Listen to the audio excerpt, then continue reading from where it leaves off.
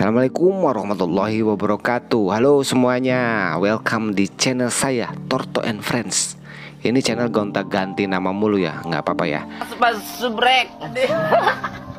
Kali ini kita akan ngobrol-ngobrol tentang kura-kura sulcata ya. Jadi saya mau kasih tips buat teman-teman semua yang tertarik juga buat pelihara sulcata. Tentunya yang masih baru ya. Kalau yang udah jago-jago mah yaitu memasternya saya kali. Nah, si kura-kura sulcata ini aslinya dia kura-kura Afrika ya. Jadi udah terbiasa dengan suhu panas. Sedangkan di kita tuh kan suhunya varian ya. Kalau Indonesia tuh ada yang dingin, ada yang adem, ada yang panas. Maka dari itu kita harus menyesuaikan dengan kebiasaannya dia ya. Tapi teman-teman sekalian, si kura-kura ini sebetulnya nggak impor semua ya. Bahkan sekarang tuh banyak breeder-breeder yang lokal Indonesia. Jadi akhirnya si kura-kura ini sudah terbiasa dengan iklim Indonesia. Suhu Indonesia tuh udah terbiasa. Dia jadi tropis gitu ya. Kalau hujan udah biasa, dingin udah agak biasa, panas apalagi gitu ya. Tapi tetap saja, sebelum kalian membeli kura-kura ini, sebaiknya kalian cari-cari dulu tuh tutor-tutor, belajar gimana sih cara merawatnya, gimana sih cara ngasih makan, cara memandikan, dan lain sebagainya. Karena itu sangat penting ya teman sekalian. Jangan asal beli, tiba-tiba ngerawatnya aja nggak sempet ya karena sibuk kerja. Akhirnya kura-kuranya terbengkalai, kan sayang ya. Di samping sayang kura-kuranya, sayang juga duitnya. Si kura-kura sulcata. Nah, ini dia penampakannya. Bagi teman-teman sekalian yang ingin pelihara kura-kura macam ini atau jenis ini adalah kura-kura darat ya. Jadi enak nih kalau ngurusin kura-kura darat, lebih bersih, nggak perlu banyak pakai air ya. Ini saya pelihara dari usia panjang 5-6 sentian deh. Udah sekitar 3 tahun ya, agak lambat. Sekarang mungkin 15 cm ada ya. Ini beberapa tips untuk kalian ya. Tips yang pertama, bagaimana sih membeli kura-kura sulcata tuh di mana gitu. Jadi membeli kura-kura sulcata itu sebaiknya boleh online, tapi offline itu lebih baik ya, karena kita bisa ngecek langsung kondisi kura-kuranya, apakah sakit atau ada cacat dan lain sebagainya ya. Bobotnya bagus, kura-kuranya lincah dan lain sebagainya. Intinya kesehatan kura-kura sama fisiknya tuh bisa diperiksa dulu ya. Tapi kalaupun memang kalian mau beli online, itu juga bisa carilah penjual-penjual yang reputasinya bagus. Ya, lihat historinya ya. Itu karena sangat penting ya, kita beli kura-kura sehat, kedepannya berpotensi sehat juga insya Allah ya. Selanjutnya yang harus diperhatikan adalah kandang. Jadi sebelum kalian beli kura-kura tuh siapin dulu kandangnya. Kalian belinya ukuran berapa gitu. Sebetulnya kandang itu sangat simpel ya. Sesimpel paling sederhana-sederhananya adalah kotak plastik. Saya ini juga kotak plastik ya, yang bekas pabrikan itu biasanya naro-naro apa gitu. Namun saya saranin jangan menggunakan akuarium ya teman-teman. Akuarium buat ikan ya. Karena akuarium buat ikan itu kan tinggi banget ya. Jadi sirkulasi udaranya juga kurang bagus. Jadi engap lah gitulah, engap ya kalau bahasa Sunda mah. Jadi kalau akuariumnya pendek, boleh tuh bisa dipakai. Sama peralatan lain ya, pemanas, alas dan lain sebagainya kalian siapkan. Selanjutnya yang perlu diperhatikan adalah makanan kura-kura. Jadi makanan ini ada 2 macam ya teman-teman. Kalian bisa menggunakan pelet khusus kura-kura darat ya, atau makanan alami. Kalau saya ini pakai pelet paling cuma 3 bulanan ya, kurang lebih waktu itu. Pokoknya sekali beli habis udah nggak pernah beli lagi. Kesininya kita langsung makanan alami. Makanan yang saya kasih ini adalah daun kembang sepatu ya. Kembang sepatunya yang kayak gini nih, yang model kayak mirip bunga mawar. Terus bunganya juga iya doyan.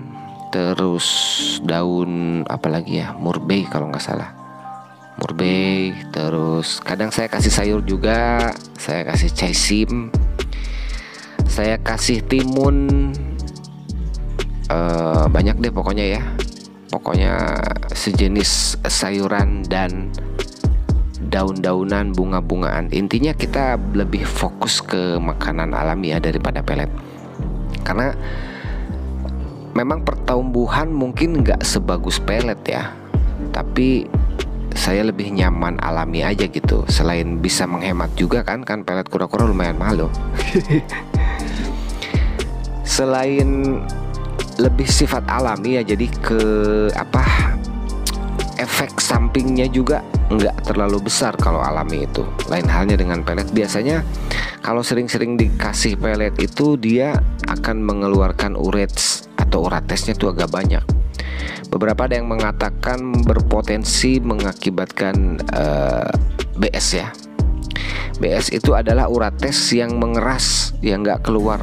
Jadi akibat kurang asupan makanan yang mengandung serat, karena dia tuh yang diprioritaskan tuh banyak seratnya, kandungan seratnya dalam makanannya dia. Itu ya, makanan. Terus selanjutnya yang perlu diperhatikan adalah proses memandikan atau merendam.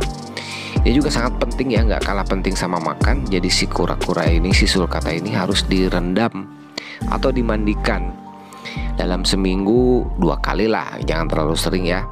Tergantung kalau cuacanya lagi panas, musim kemarau, tiap hari panas mungkin boleh lah tiap hari. Tapi kalau ukuran baby juga ya, cukuplah seminggu 2-3 kali. Karena saat merendam itu di samping memandikan, dia juga biasanya bisa membantu mengeluarkan urates tadi ya. Biasanya kalau pas direndam tuh keluar putih-putih ya. Itu ada urates, ada yang masih bentuk odol, ada yang sudah agak pasir, bahkan mungkin batu-batu kerikil kecil ya, udah berbentuk kerikil mungkin bisa keluar. Selama ini saya menggunakan makanan alami, si uratesnya ini mesti lembek. Jarang sekali keluar urates keras ya. Ya udah, dari situ saya udah alami aja lah, nggak apa-apa, nggak usah cepet-cepet gede juga ya. Setelah dimandikan sebaiknya kalian jemur ya, dikeringkan dulu kemudian dijemur di bawah matahari pagi ya, jangan terlalu terik. Dijemur jangan terlalu lama, terus jangan ditinggalin ya, nanti takutnya kelupaan.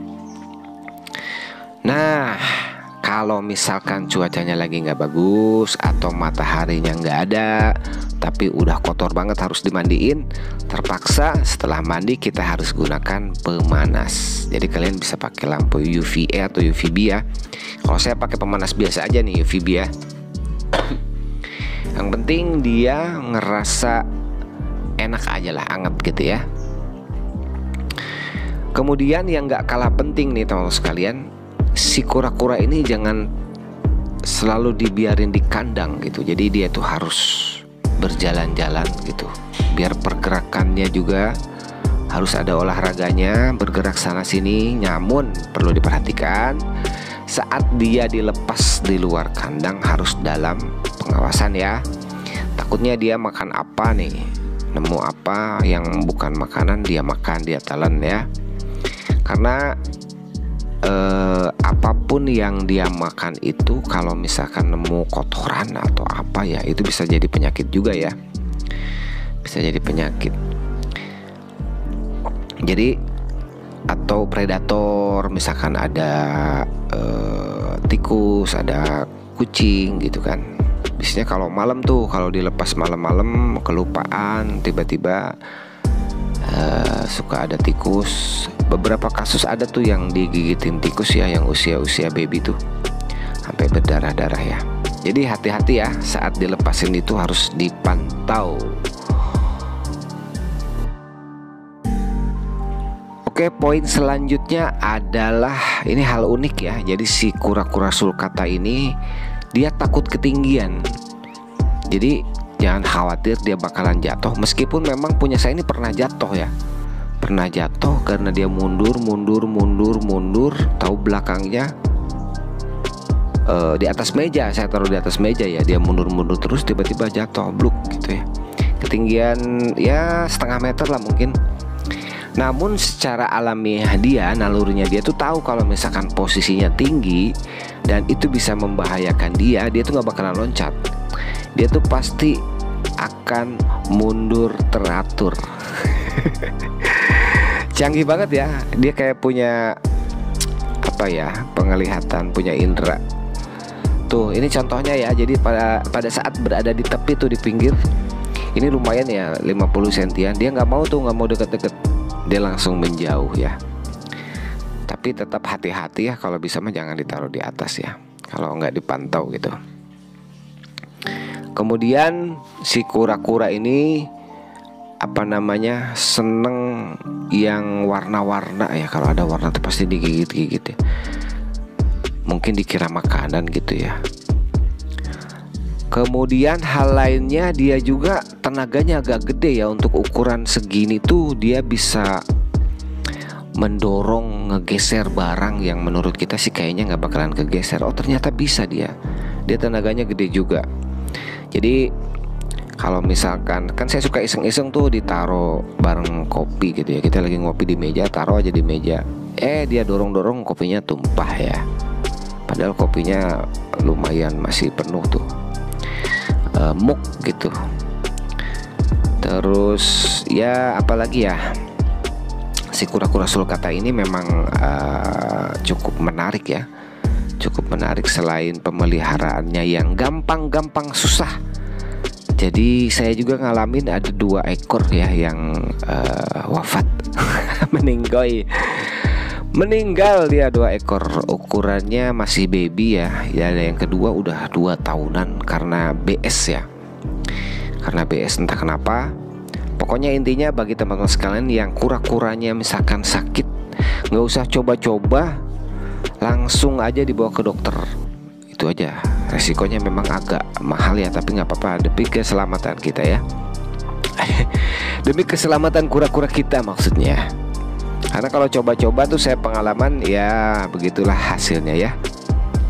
Kecuali kalau mau bereksperimen sih lain cerita. Itu silahkan aja. Jadi sebagai penutup, bolehlah kalian pelihara kura-kura, namun jangan lupa dipersiapkan dulu hal-hal yang sangat penting ya.